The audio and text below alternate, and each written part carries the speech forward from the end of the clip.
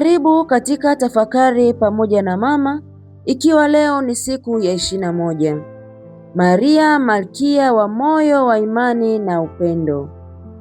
Maria aliunganisha kwa ukamilifu fadhila mbili kuu, imani na mapendo, na kuzifanya kuwa msingi wa maisha yake yote.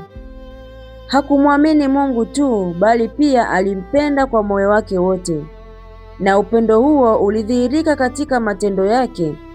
Katika Injili ya Luka sura ya 1 aya 46 inasema, roho yangu yamtukuza Bwana, akionyesha furaha ya ndani inayotokana na upendo kwa Mungu. Mtakatifu Tomaso wa Aquino anatufundisha kuwa upendo ni fadhila kuu inayowaongoza wengine wote. Maria aliishi ukweli huu kwa ukamilifu. Mara nyingi sisi tunajikuta tukigawanya maisha yetu ya kiroho. Wakati mwingine tuna imani bila upendo au matendo bila moyo.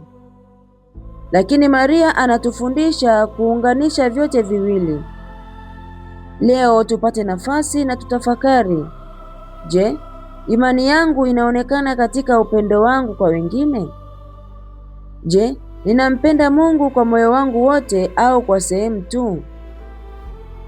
Tukifuata mfano wa Maria, tutakuwa Wakristo wa kweli wanaoishi imani yao kwa matendo ya upendo. Tumsifu Yesu Kristo. Nikutakie tafakari njema.